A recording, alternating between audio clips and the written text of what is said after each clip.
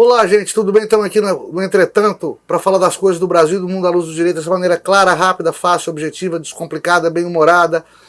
Clica na sinetinha, inscreve no canal, dê o seu like, precisamos de você. Hoje vamos falar do cartão corporativo de Bolsonaro, da CPI da Covid querendo ir ao Tribunal de Haia, o que é conservadorismo e a rinha de políticos. Aguardo você. Eu não me ajoelho com politicamente correto, não, porra. O juiz não tem que entrar em pilha de mídia, tem que atuar fazendo justiça.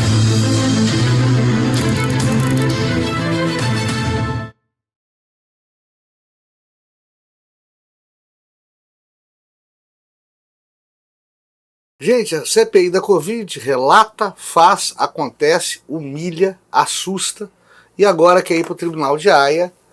E a Haia não quer receber a CPI da Covid. Por quê? Evidentemente, entendeu, o Tribunal Internacional de Haia, para quem não sabe, existe para fomentar o julgamento do que seriam crimes internacionais perpetrados por chefes de Estado.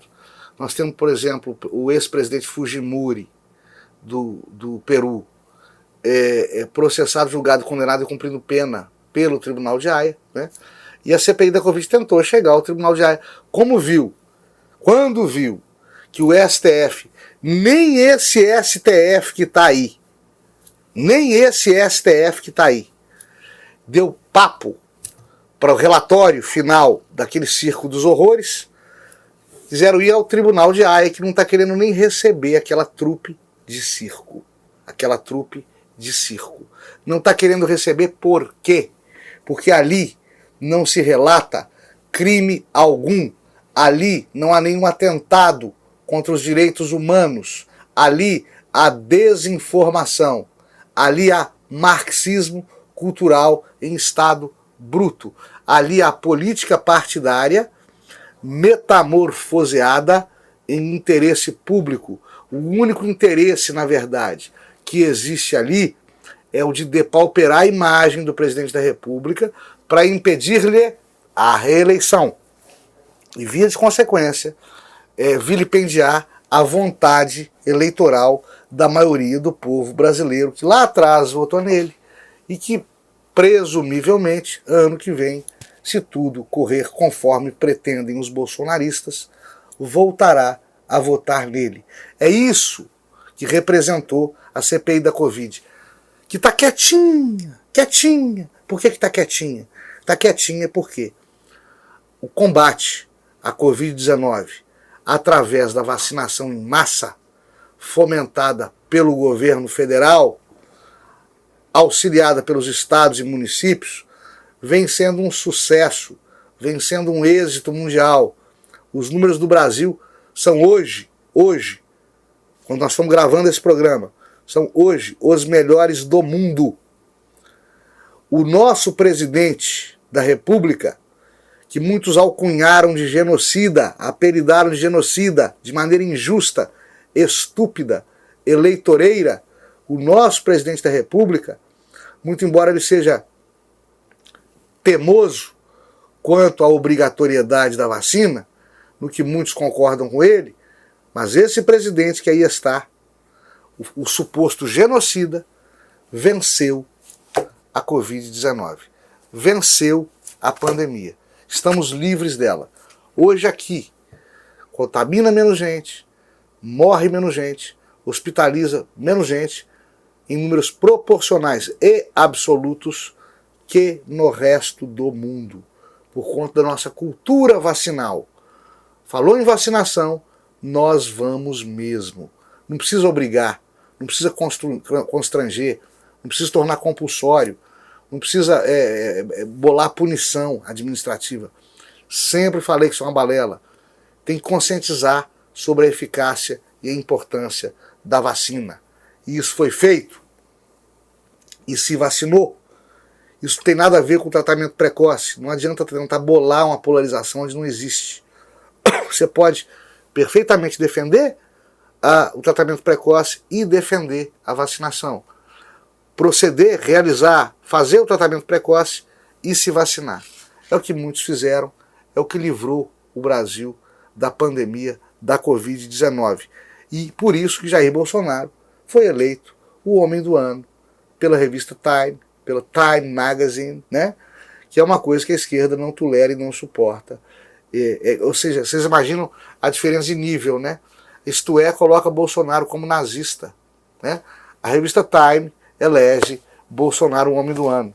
A diferença de nível estratosférica. Jornalistas internacionais não conseguem entender a implicância dos meios de comunicação e da classe política com Jair Messias Bolsonaro. Não conseguem entender. O que sobra para nós são um ou outro deformador de opinião do clubinho, da patota do mainstream brasileiro, né, do clubinho, da patota daqueles que têm interesses vilipendiados pelo governo federal e que tentam defenestrar, tentam difamar, injuriar o nosso presidente da República. Se difamar e injuriar o presidente da República, não acontece nada com ninguém. Se fizer isso com o ministro Supremo, né, vai preso. Contra Jair Bolsonaro é livre exercício de manifestação do pensamento. Contra o ministro Supremo é crime previsto na Lei de Segurança Nacional. Se tivesse mesmo Lei de Segurança Nacional séria, em uso constitucional, era para prender quem participou da CPI da Covid-19. Muita gente confunde conservadorismo com direita. É fato que o conservador geralmente é de direita. Mas nem todo cara de direita é conservador, tá? Você pode perfeitamente pregar na direita, pregar uma inovação de costumes, uma modificação de status quo, uma modificação cultural ou política que fira os interesses, ou a prática, ou a cultura conservadora. E o que é essa cultura conservadora? O que é ser conservador?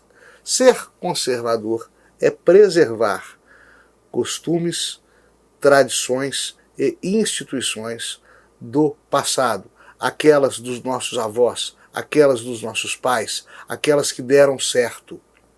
Em suma, ser conservador é preservar a família, preservar a religiosidade das pessoas, preservar a decência, a pudicícia, o pudor, o pundonor, os costumes. Isso é ser conservador.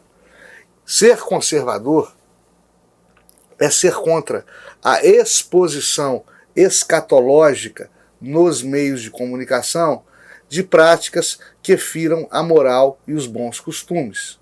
Ser conservador é proteger a família de abalos decorrentes de uma mudança súbita, brusca e indevida de costumes.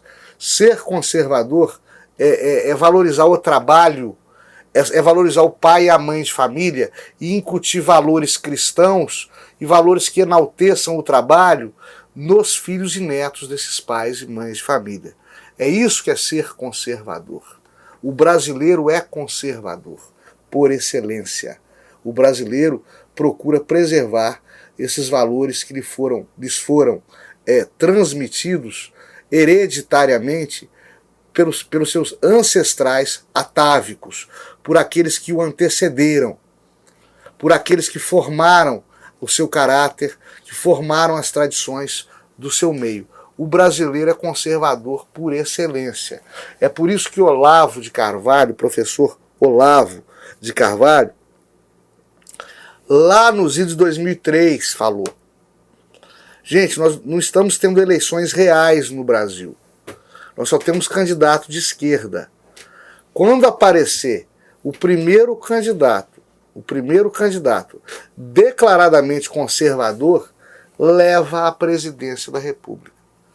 E Jair Bolsonaro apareceu na esteira da Lava Jato, declaradamente conservador, e provou aquilo que sempre se pensou, mas pouco se falou. O brasileiro é conservador e vota em candidato conservador. Só não vota se não tiver candidato, tá certo? Isso é ser conservador, não é palavrão, não é igual o livro de história de um dos meus filhos, por exemplo. Direita é igual, conservador que não gosta de pobre. Esquerda progressista que quer proteger os pobres. Essa visão caolha, dicotômica, historicamente incorreta, socialmente injusta, não é mais possível nos livros didáticos brasileiros, nos discursos dos políticos, dos professores, né? E nem na divulgação por parte da imprensa. Nós temos que entender que do lado de cá do Equador, né, seja do de baixo, seja do de cima, do lado de cá do Equador, do lado conservador, do lado da direita, também tem cabeças pensantes, também tem excelentes filósofos, livros, literatura e principalmente exemplos de êxito internacionais a dar com pau pra caramba, coisa que a esquerda nunca conseguiu. É claro que Polícia Federal, CNJ, STF, Parlamento, enfim, os costumeiros algozes do presidente da República estão agora pegando no pé do presidente da República por causa dos gastos corporativos supostamente desmesurados realizados através do cartão do presidente Bolsonaro. Bom, eu vou lembrar para vocês uma frase da Dilma Rousseff quando ela era ministra do governo Lula, antes mesmo de ser presidenciável. Se vão aí mais de 10 anos, mais 15 anos atrás, teve uma outra ministra que realizou gastos corporativos questionados à época pela imprensa. Ela teria, olha só, ela teria comprado presentes em uma loja de aeroporto e comido uma tapioca com o cartão corporativo. Tá? Foram questionar. E a então ministra Dilma respondeu aos jornalistas que o uso do cartão não seria um problema, não seria um absurdo, pelo contrário, seria o mais seguro para o erário, seria o mais seguro para o dinheiro público, uma vez que a despesa no cartão corporativo é rastreável. Ou seja, gastando com cartão, eu sei o que foi gasto, quando foi gasto e por quem foi gasto. Com dinheiro, né, dinheiro de diária, por exemplo, que o servidor público recebe muito, eu vou viajar para Manaus para um congresso. O meu tribunal me paga diárias em dinheiro e eu uso esse dinheiro como eu quiser para transporte, alimentação e estadia, para ir e voltar. Né? Isso não é rastreável. Cheque, o moribundo cheque, não é rastreável, virou moeda de troca, cheque. Né? Você troca um cheque no posto de gasolina e faz com o dinheiro que você bem quiser. Cartão de crédito não. Cartão de crédito é rastreável. Foi o que a então ministra Dilma falou lá atrás e é o que eu repito para vocês agora. Ótimo que não só o presidente da República, como todas as outras pessoas a ele ligadas, todos aqueles servidores eleitos ou concursados ou comissionados do Poder Executivo Federal tenham cartões corporativos. Aliás, os parlamentares também o possuem, porque essas despesas podem ser mensuradas, aquilatadas e julgadas pela opinião pública com mais transparência. Então não há problema algum com relação ao uso do cartão corporativo, até porque nós não estamos mais na época do dinheiro de papel e nem do cheque. Cheque voador, predatado, à vista, seja o que for. Não se queira também que eles pendurem a conta do hotel, né, ou paguem com nota promissória quando viajam a serviço da nação. O que causa espécie quanto ao montante das despesas de Jair Bolsonaro com o cartão corporativo é que nós estamos falando, gente, de um chefe de Estado. Esse cara não dá para comprar. Aliás, ele é muito simples, tá? Mas não dá para o chefe de Estado comer em qualquer lugar, muito embora coma de vez em quando por gosto, vestir qualquer roupa, hospedar em qualquer lugar, viajar em qualquer meio, por mais obsoleto que seja de transporte. Tem que zelar pela segurança e pela imagem da nação, e isso passa pelos seus hábitos sociais, alimentares, culturais, pela sua vestimenta, a maneira como ele procede e como ele se desloca no exercício da presidência da República. Ele não é um Zé das Couves. Só nós brasileiros que queremos o nosso presidente da República, né, gastando pouco, frequentando fila de INSS, palitando dente na porta do boteco ou na fila do açougue. Tem um garbo, tem uma pose, tem uma ritualística em determinadas funções públicas. A presidência é uma delas.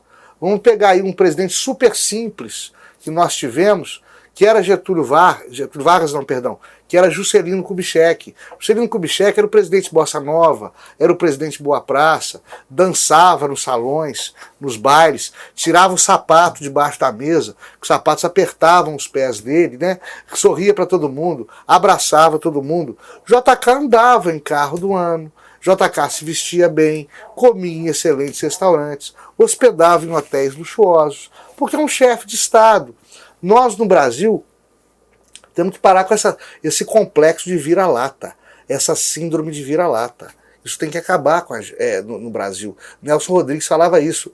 Nós brasileiros, nos vemos como o cocô do cavalo, do bandido, no filme de faroeste. Nos vemos como sem valor diante do estrangeiro, vemos os nossos hábitos e costumes como hábitos e costumes terceiro-mundistas, o que não é verdade. Nos vemos como aquele país que toma pancada, que apanha e não bate e não dá exemplo mundial. Isso é baixa autoestima do cidadão brasileiro, contaminado que é pela deformação de informações da indústria, do marxismo cultural que abunda na mídia, que sobra na mídia. Isso faz com que os nossos jovens, por exemplo, mal se alfabetizaram, mal criaram espinha na cara, já queiram migrar para o exterior para tentar a vida em países, entre aspas, mais sérios. Isso é grave. Nós temos que ter orgulho de ser brasileiros, temos que lutar por um país melhor, por pior que ele seja, e temos que louvar a boa imagem, a boa apresentação, o protocolo e a sacralidade do cargo dos nossos representantes, tá bom? O parlamentar brasileiro de novo saiu no tapa, parecia MMA, rinha, né, de briga de galo. É lamentável isso, já cansei de falar aqui. Isso nasce do hábito que alguns políticos têm de criticar de maneira viperina, de maneira agressiva, ao seu opositor ideológico, político, partidário, que seja. Nós temos que combater ideias e não pessoas por trás dessas ideias. A educação democrática exige um mínimo de cortesia e de diplomacia no trato com os assuntos públicos, ainda que contra antagonistas, ainda que contra pessoas que não pensem como a gente pensa. Vou lembrar aqui dos dizeres da Rosa Luxemburgo.